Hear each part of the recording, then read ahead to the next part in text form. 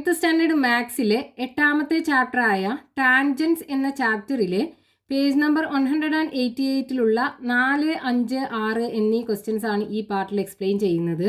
4ാമത്തെ question, calculate the radius of the incircle of the equilateral triangle with side 12 centimetres. Side length 12 centimetre ആയിട്ടുള്ള ഒരു equilateral ട്രയാങ്കിളിന്റെ ഇൻസർക്കിളിന്റെ radius കാണണം. അതായത് വശങ്ങളുടെ നീളം 12 സെന്റിമീറ്റർ ആയിട്ടുള്ള ഒരു സമഭുജ ത്രികോണത്തിന്റെ അന്തർവൃത്തത്തിന്റെ ആരം കാണണം. അപ്പൊ ഇവിടെ നമുക്ക് ഒരു ഈക്വലാറ്ററൽ ട്രയാങ്കിളിന്റെ സൈഡ് ലെങ്ത് തന്നിട്ടുണ്ട്, 12 സെന്റിമീറ്റർ ആണ്.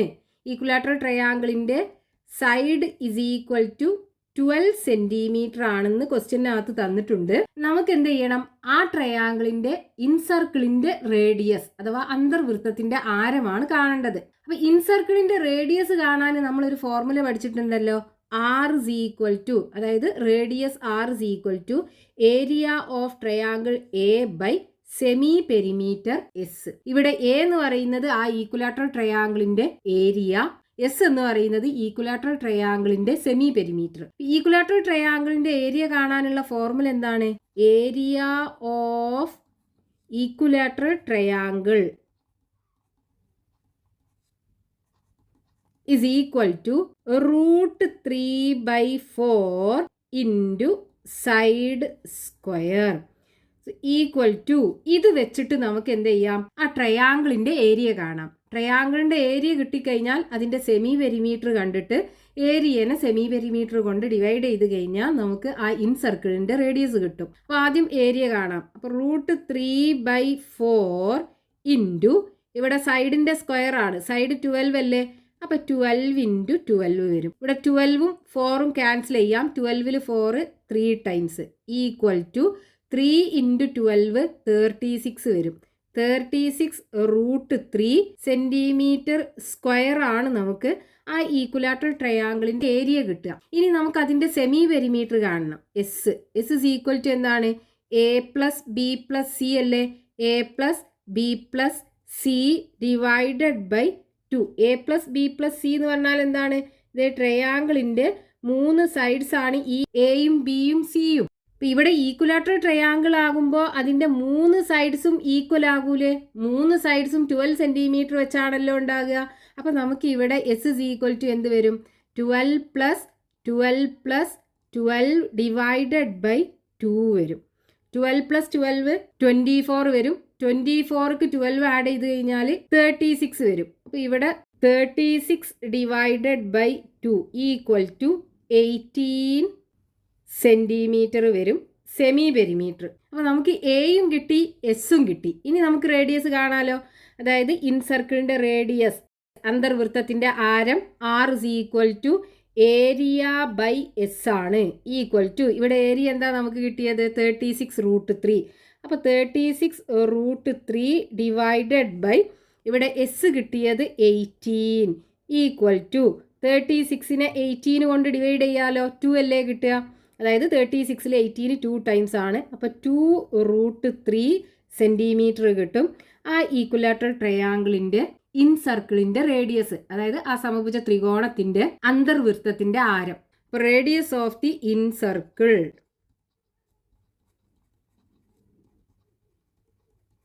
is equal to 2√3 centimetre.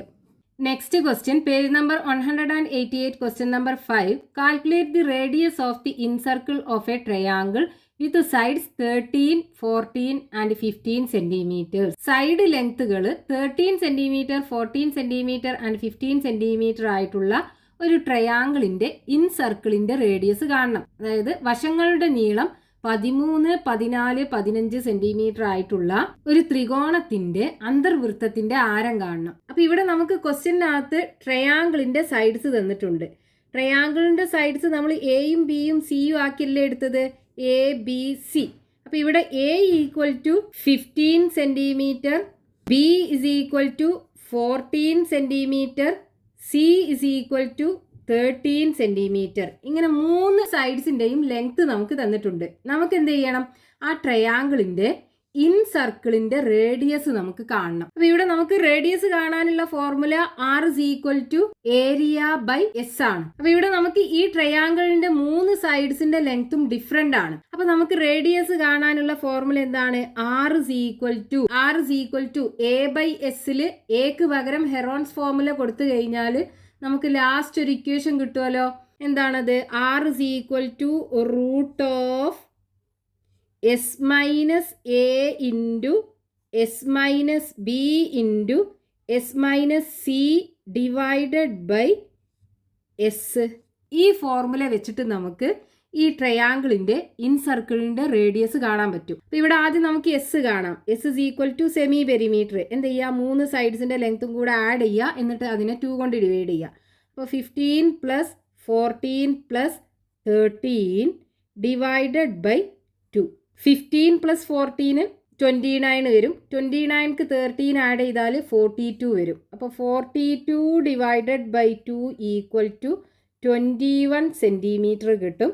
ഇതിൻ്റെ സെമി പെരിമീറ്റർ. ഇനി നമ്മൾ ഈ ഫോർമുലയ്ക്കകത്ത് കൊടുക്കുക. അപ്പോൾ R is equal to square root of S നമുക്ക് കിട്ടിയത് 21. അപ്പോൾ 21 മൈനസ് എ എന്ന് പറയുന്നത് 15. 21 minus 15 into S 21 minus B എന്ന് പറയുന്നത് 14 ഇൻറ്റു 21 മൈനസ് സി എന്ന് പറയുന്നത് 13 divided by S 21 is equal to square root of 21 15 പോയി കഴിഞ്ഞാൽ ബാക്കി 6 ഉണ്ടാകും ഇൻറ്റു 21 14 പോയി കഴിഞ്ഞാൽ ബാക്കി 7 ഉണ്ടാകും.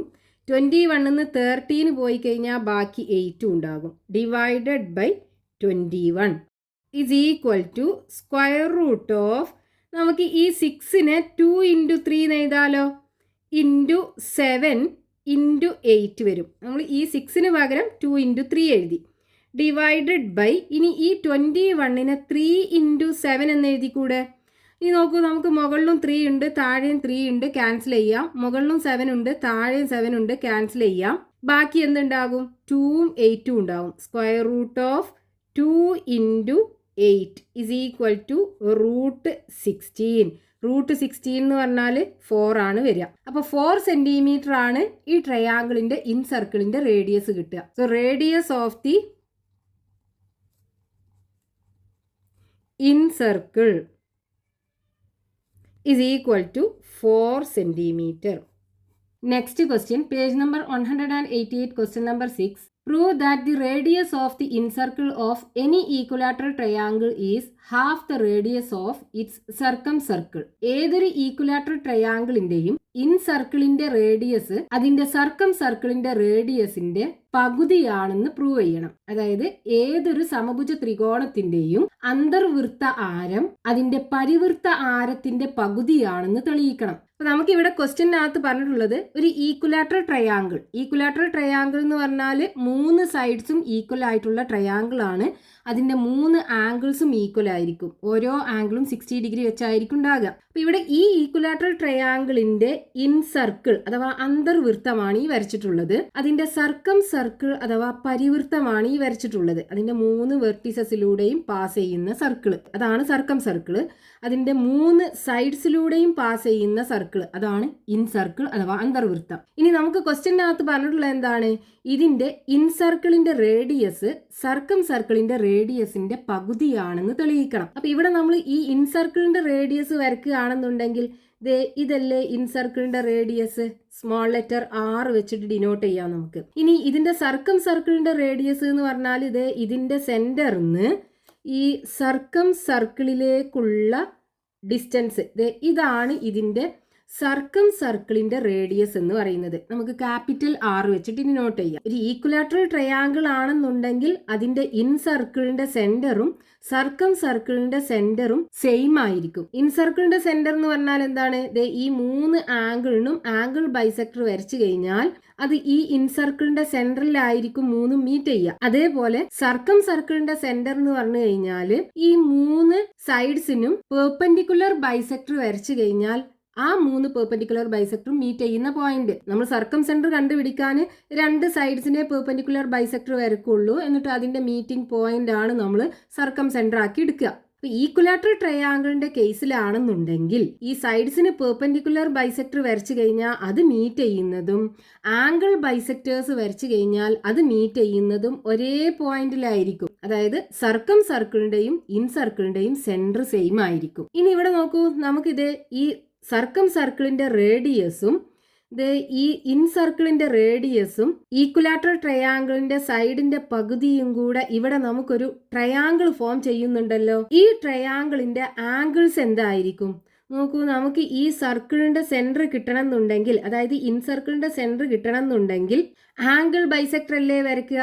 ഇവിടെ നോക്കൂ, സെന്ററിന്ന് ഈ വെർട്ടെക്സിലേക്ക് ജോയിൻ ചെയ്തിട്ടുണ്ട്. അപ്പൊ ഇത് ഈ ആംഗിൾ ബൈസെക്ടർ ആയിരിക്കും, ഇവിടുത്തെ ആംഗിളിന്റെ ബൈസെക്ടർ ആയിരിക്കും. ഈക്വലാറ്ററൽ ട്രയാങ്കിളിന്റെ കേസിലാണെന്നുണ്ടെങ്കിൽ അതിന്റെ ഓരോ ആംഗിളും 60 ഡിഗ്രി വെച്ചാണ് ഉണ്ടാകുക. അപ്പോൾ ആംഗിൾ ബൈസെക്ടർ വരയ്ക്കുമ്പോൾ ഇവിടുത്തെ ഓരോ ആംഗിളും എത്ര ഉണ്ടാകും?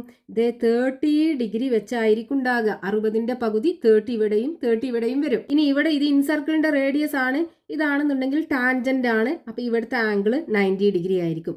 അപ്പോൾ ഈ ട്രയാങ്കിളിന്റെ കേസിൽ നോക്കൂ, ഇവിടെ 30 ഡിഗ്രി, ഇവിടെ 90 ഡിഗ്രി. അപ്പോൾ ഇവിടെ ഇനി ബാക്കി എത്ര ഉണ്ടാകും? 180 ഡിഗ്രിയിൽ നിന്നും ഈ 90 ഡിഗ്രിയും 30 ഡിഗ്രിയും പോയി കഴിഞ്ഞാൽ ബാക്കി 60 ഡിഗ്രി ആയിരിക്കും ഉണ്ടാകുക. അപ്പോൾ ഇവിടെ നമുക്കൊരു ട്രയാങ്കിൾ, റൈറ്റ് ആംഗിൾഡ് ട്രയാങ്കിൾ കിട്ടി. അതിന്റെ ആംഗിൾസ് 30 ഡിഗ്രി, 60 ഡിഗ്രി, 90 ഡിഗ്രി. ഇത് നമ്മൾ മുമ്പ് പഠിച്ചിട്ടുള്ള ഒരു റൈറ്റ് ആംഗിൾഡ് ട്രയാങ്കിൾ ആണല്ലോ.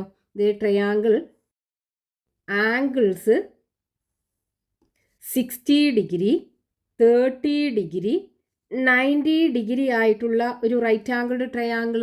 ഇതിൽ നമ്മൾ 30 ഡിഗ്രി ആംഗിളിന് ഓപ്പോസിറ്റ് ആയിട്ടുള്ള സൈഡ് 1ഉം 90 ഡിഗ്രി ആംഗിളിന് ഓപ്പോസിറ്റ് ആയിട്ടുള്ള സൈഡ് 2ഉം അതേപോലെ 60 ഡിഗ്രി ആംഗിളിന് ഓപ്പോസിറ്റ് ആയിട്ടുള്ള സൈഡ് √3 ആക്കി എടുത്തിട്ടുണ്ടായിരുന്നല്ലോ. ഇതിന്റെ സൈഡ്സ് റേഷ്യോ എന്താണ്? അതായത് angles 30 degree, 60 degree and 90 degree ആണെന്നുണ്ടെങ്കിൽ ഈ ഓരോ ആംഗിൾസിനും ഓപ്പോസിറ്റ് ആയിട്ട് വരുന്ന സൈഡ്സിന്റെ റേഷ്യോ 1:√3:2 ആയിരിക്കും. അപ്പോൾ ഇവിടുന്ന് ഈ ഒരു റേഷ്യോ വെച്ചിട്ട് നമുക്ക് ഈ 2 റേഡിയസുകളും തമ്മിലുള്ള റിലേഷൻ കാണാൻ പറ്റും. അതായത് ഇവിടെ ഈ ട്രയാങ്കിളിനകത്ത് നോക്കൂ, 30 ഡിഗ്രി ആംഗിളിന് ഓപ്പോസിറ്റ് ആയിട്ടുള്ള സൈഡ് 6 അല്ലേ? ഇവിടെ 30 ഡിഗ്രി ആംഗിളിന് ഓപ്പോസിറ്റ് ആയിട്ടുള്ള സൈഡ് 6 ആണ്. അപ്പോൾ ഇത് 6 ആണെന്നുണ്ടെങ്കിൽ 60 ഡിഗ്രി ആംഗിളിന് ഓപ്പോസിറ്റ് ആയിട്ടുള്ള സൈഡ് എന്തായിരിക്കും? ഇവിടെ 1 ആണെന്നുണ്ടെങ്കിൽ അതിൻ്റെ √3 ടൈംസ്. അപ്പോൾ ഇവിടെ 6 ആണെന്നുണ്ടെങ്കിൽ ഇവിടെ √3 ടൈംസ് 6 ആയിരിക്കും. അതേപോലെ ഇവിടെ 1 ആണെന്നുണ്ടെങ്കിൽ 90 ഡിഗ്രി ആംഗിളിന് ഓപ്പോസിറ്റ് ആയിട്ടുള്ളത് അതിൻ്റെ 2 ടൈംസ് ആണ്. അപ്പോൾ അതേപോലെ ഇവിടെ 6 ആണെന്നുണ്ടെങ്കിൽ ഇവിടെ 90 ഡിഗ്രി ആംഗിളിന് ഓപ്പോസിറ്റ് ആയിട്ടുള്ള സൈഡ് 2r ആയിരിക്കും. ഇവിടെ 90 ഡിഗ്രി ആംഗിളിന് ഓപ്പോസിറ്റ് ആയിട്ടുള്ള സൈഡ് ആണ് ഈ സർക്കം സർക്കിളിൻ്റെ റേഡിയസ് ക്യാപിറ്റൽ R എന്ന് പറയുന്നത്. ഇതാണ് ക്യാപിറ്റൽ R. അപ്പോൾ ഇവിടുന്ന് നമുക്ക് റിലേഷൻ കിട്ടുമല്ലോ, 2r = R. ഇവിടെ നമ്മൾ സ്മോൾ ലെറ്റർ r എടുത്തത് എന്താണ്? Radius of incircle. അതേപോലെ ക്യാപിറ്റൽ R ആക്കി എടുത്തത് എന്താണ്? Radius of circumcircle. ഇവിടെ നോക്കൂ, നമുക്ക് R = സ്മോൾ ലെറ്റർ R = എന്ത് വരും? Half of capital R. Small letter R എന്ന് പറയുന്നത് radius of incircle. So radius of incircle is equal to half of radius of circumcircle. ഇതല്ലേ നമുക്ക് ക്വസ്റ്റ്യനകത്ത് prove ചെയ്യാനുള്ളത്. അപ്പോൾ നമുക്ക് പ്രൂഫായി.